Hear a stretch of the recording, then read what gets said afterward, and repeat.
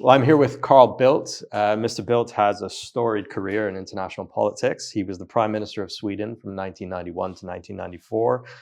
More recently, he was the Foreign Minister from 2006 to 2014. And today he is the co-chair of the European Council on Foreign Relations. Mr. Bildt, welcome. Welcome to Abu Dhabi. And welcome pleasure to be here, as usual. Yeah. Our studio setup. So, Mr. Bildt, I think many people, almost 1 million people around the world follow you on social media.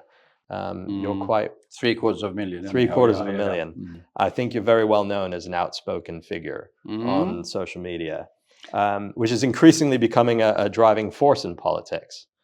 So why don't you tell us a little bit about why are you so active on social media? Well, I mean, I started by using social media primarily to get information myself, to follow what others were saying and gathering information and being able to follow developments around the world and from sources of news and sources of opinion that were somewhat outside what I read in the normal newspapers. So that's how it started. And then I started to try to, tell what I was doing, primarily when I was foreign minister, because then it might have been somewhat more interesting than it is today. And then to give my views and opinions. But I try to be sort of moderate in what I write.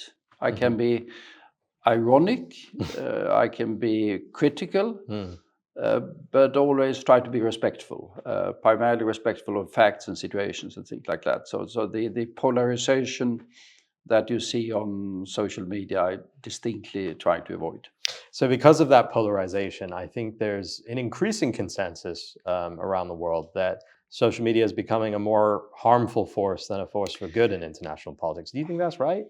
I'm not quite certain of that, but I mean, clearly you have those tendencies. There are sort of harmful elements of it that is given a voice to, voice to opinions that were already there. It's not that it invented these things. I mean, it reflects opinions and tendencies that are there in our societies, but it gives them a platform. No question about that.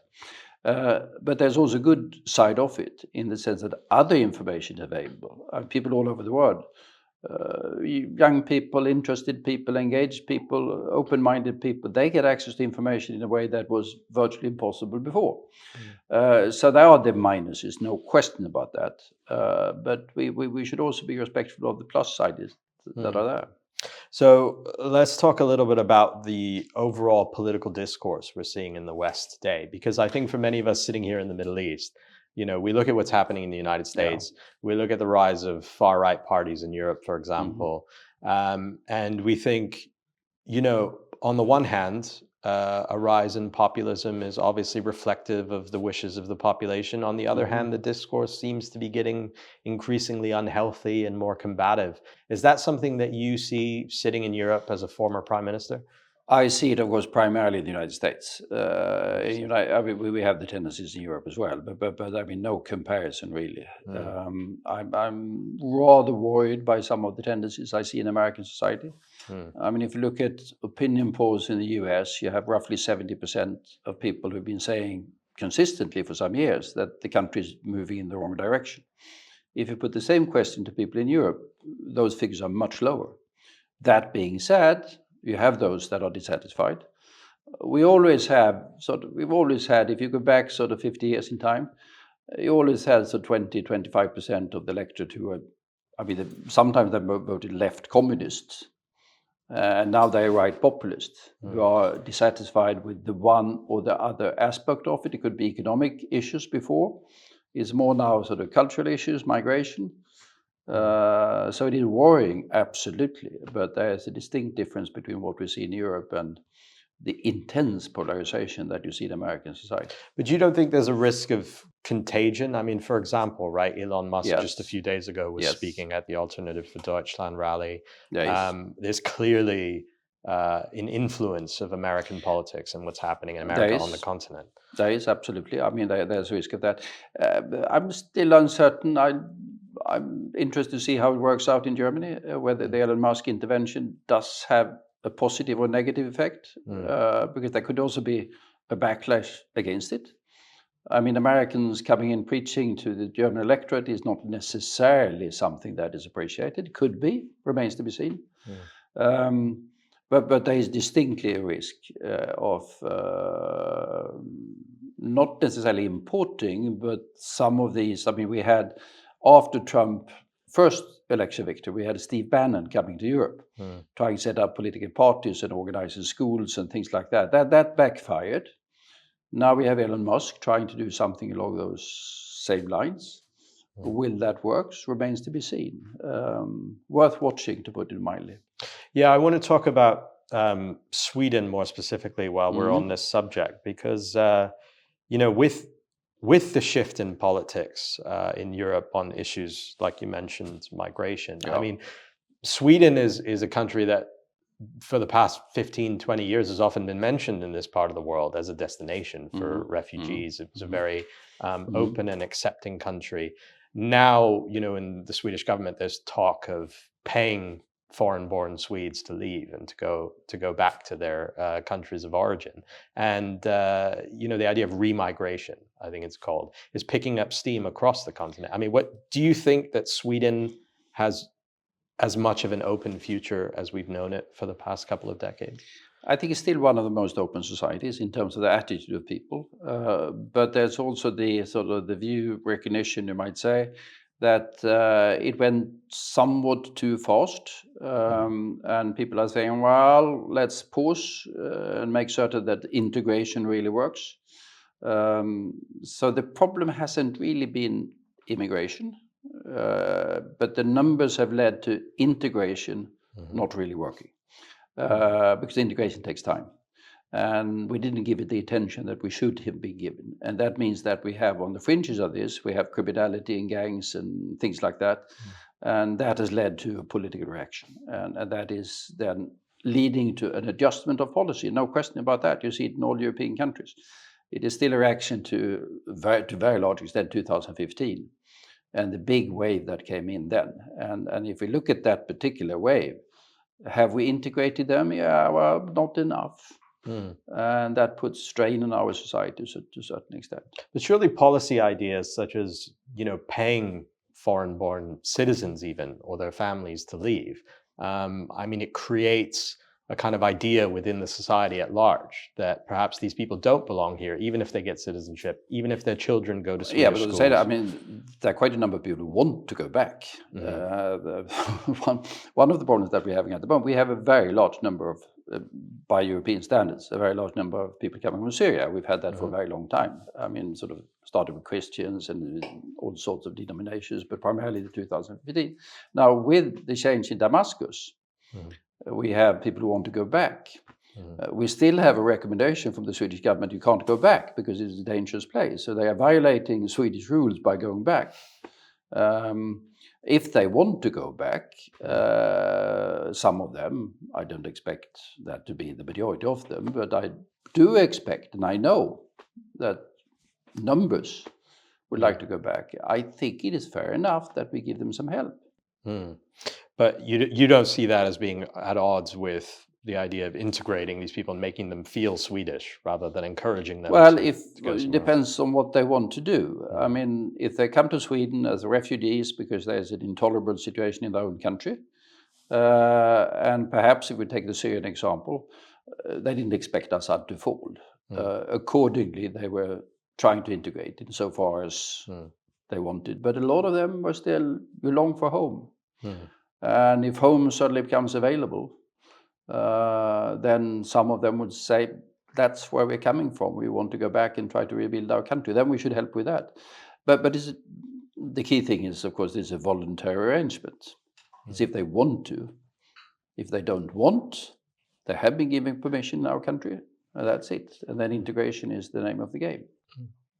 I want to shift focus just a little bit. So one of the things you're doing here in Abu Dhabi is speaking about artificial intelligence. You were prime minister in the pre-AI age, the pre-social media age, really. But now AI seems to be changing everything everywhere, and governments are embracing it increasingly as part of the national infrastructure. Do you think that's a smart move? I think it's a necessary move because it clearly is sort of a technology that is going to change virtually everything. I was prime minister in the beginning of the internet age, and it was fairly obvious that was going to change everything, which it eventually did. But of course, then email was the big thing, and it was a long time ago. And then came the web, and then came everything else, and now we are AI. We were in the industrial age, and we are now in the beginning of the digital age. And now it's AI, it will be quantum computing, it will be a number of other things that is probably beyond what we can even imagine. So we must look at how to use it for the benefit of society. We must also be aware of the problems that might be there and see if we can find global frameworks that leads to the most positive development that is possible, and then avoid the dangers, because dangers might be there as well. Yeah, I mean, it seems to me personally like sometimes anyway, perhaps in my worst nightmares, there's an inevitable slide towards AI playing a greater and greater role in not just as a tool for government, but as a fundamental part of governance. And let me ask you, I mean, if you were prime minister today, or perhaps in the near future, how sophisticated do you think an artificial intelligence would need to be in order to be, let's say, deciding public services or playing a part in the administration of a country's resources? Not in taking decisions, but in helping to execute decisions, I would find it fairly useful. Clearly, it can take over already today or tomorrow. It can take over quite a number of routine tasks of different sorts. That's fine. That means that sort of persons who are doing those routine things can do more productive things, hopefully. It might be, but we early days, that it can lead to sort of education being more sort of geared to the needs of the individual. That could be something that's extremely good. There's no question that it will advance the possibilities in medicine, identifying sicknesses, identifying how you can help individuals geared to their own particular problems. So there are quite a number of areas. I think we're only in the beginning of this particular development. But at the same time, I think if I were prime minister, I would give a lot of emphasis to educating people about AI, making them aware of what it is, the possibilities certainly, but also the limitations, and how to use it, so that we have an AI-aware society. And that makes it, I think, better, or increases the possibility of sort of controlling it and managing in a way that is beneficial for society. So I just want to follow up by picking up on something you said early on in your answer. So you would, as a tool, but not as a decision maker. I mean, here in the Middle East, one of the more, I think, shocking revelations we had since the start of the war in Gaza were allegations that the Israeli military was using AI as a tool for targeting in Gaza, and not as a decision maker, allegedly. But if the reports are true, then there's a kind of sliding scale between the human decision making, the delegation to AI, who's really in control of the ethics, and the two sort of blend together. I mean, do you not think that such a powerful tool in the hands of flawed decision makers can lead to disastrous consequences? It can. But accordingly, we have sort of very sort of lively discussion about that. One of the most interesting, wasn't that much reported, but there was a statement coming out of the United States and China a couple of months ago, where they, after extensive discussions between sort of the senior commanders on both sides, they decided that AI should have no role in any decision making when it comes to the use of nuclear weapons. That's, of course, highly important. There has been a lot of international discussion on autonomous weapon systems. And in a number of countries, there are rules that says that when it comes to sort of killing things and that sort of lethal use of force, there must be a human in the chain of taking decisions. Now, there are borderline cases, absolutely. We have certain, I mean, the Americans have, not quite, I don't think we have, but possible, that you have sort of air defense systems that if you have a very fast incoming missile, you don't really have the time to react. And then the weapon system sort of sees it and destroys it. But then it's weapon against weapon. I agree with you that sort of this could become a sliding scale at some point in time. But there is a discussion. There are rules in the U.S. Armed Forces, I know, in the European Armed Forces, I know, but there might be others who are somewhat less careful, I guess. Yeah, I mean, I think the idea of rules in the armed forces is Well, yeah. I can see your skeptical look at it, but it's important. It's yeah. important. You have, I mean, even in the armed forces, you have lawyers. Mm, The Israelis say they have it. mm, I would say it's not that obvious, mm, but even they say that they adhere to the yeah. rules of war. So since we're talking about bending rules, I mean, one of the discussions you and I were having before this interview was about the kind of rules-based order Yeah. and how the election of Donald Trump Yeah. has kind of cast a shadow over that. Yeah. So tell me, what does it look like right now as, you know, a former world leader sitting in Scandinavia, looking at Donald Trump trying to acquire Greenland, trying to put pressure on countries to increase their defense spending, to try and kind of, you know, change the game of the international order. Do you think that this is the start of an inevitable trend towards a different kind of international order? It's clearly what I consider a worrying trend. Whether it started, I don't think it started with Trump, but I mean, we have both take two leaders, Mr. Putin, Mr. Trump. They talk in terms of we are a sovereign nation. That sounds good, but what they mean is we are not bound by any rules. And if you take the phrase that was often used, the rules-based global order, they don't respect rules. I mean, what Trump is saying is, I make the rules, and I make it out of what is in America's interest. I don't really care about the rest of the world.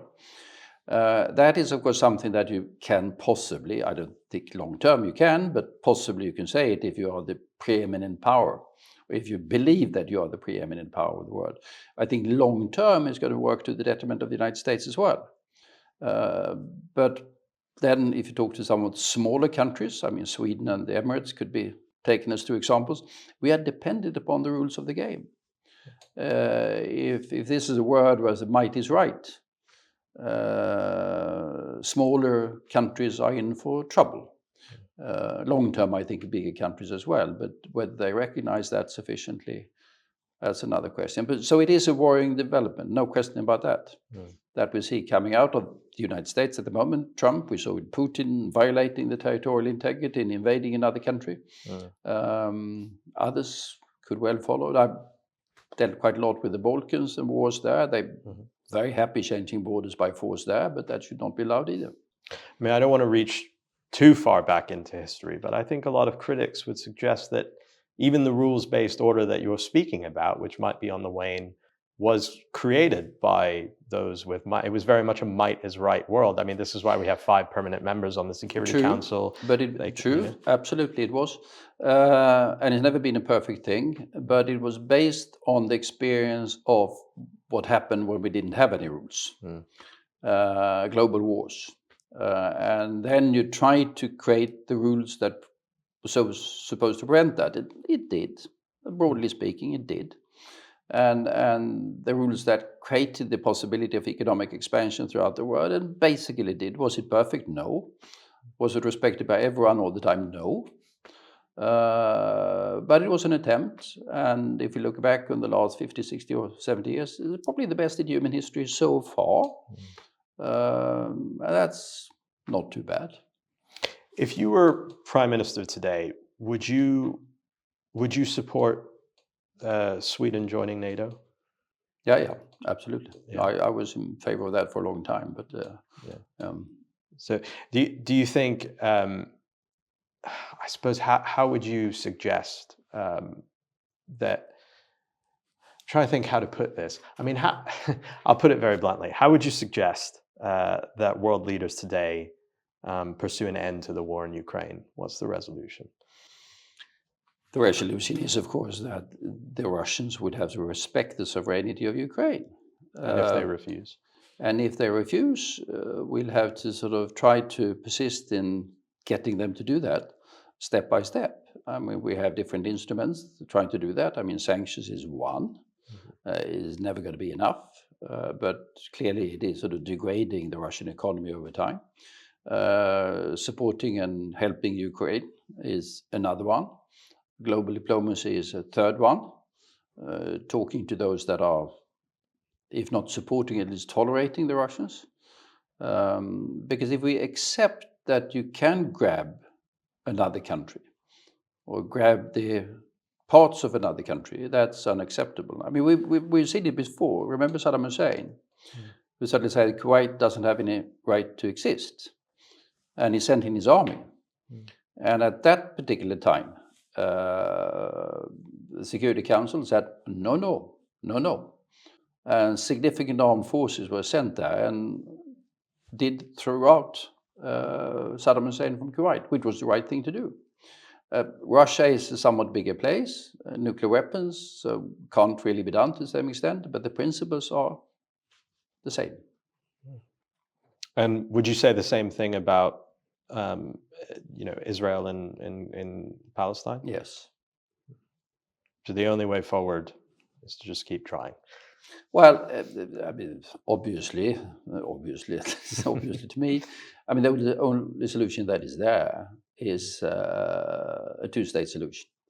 And what we've said from the European Union side, I know that because I was chairman of the Council of Ministers when we took this decision, is that it should be based on 1967 borders. If the Israelis and the Palestinians agree to adjust those particular borders and switch territories and whatever, that's up to them. That's perfectly possible. But the basis should be international law and should be the 67 borders. It seems to me that, and this is the last subject I think we'll tackle, but it seems to me that today the two-state solution is more or less moribund in Israeli politics. I mean, I can't think of a single Israeli politician who will talk about it out loud. And I know some, but I'm not quite certain they say it loud. I agree with you at the moment. Correct. No, yeah. And so I suppose, where does that leave us? I mean, Israel has many allies in Europe. Do you think that situation is tenable? No, I don't think it's tenable. And I think you can understand the trauma. October 7 created trauma, no question about that, in Israeli society first, and then we have a trauma in the Arab world of what happened in Gaza. So there's we are dealing with traumas all over this particular region at the moment. At some point in time, that has to be overcome. And people have to start to think long term. Well, Carl Bildt, thank you so much. Thank you. A pleasure.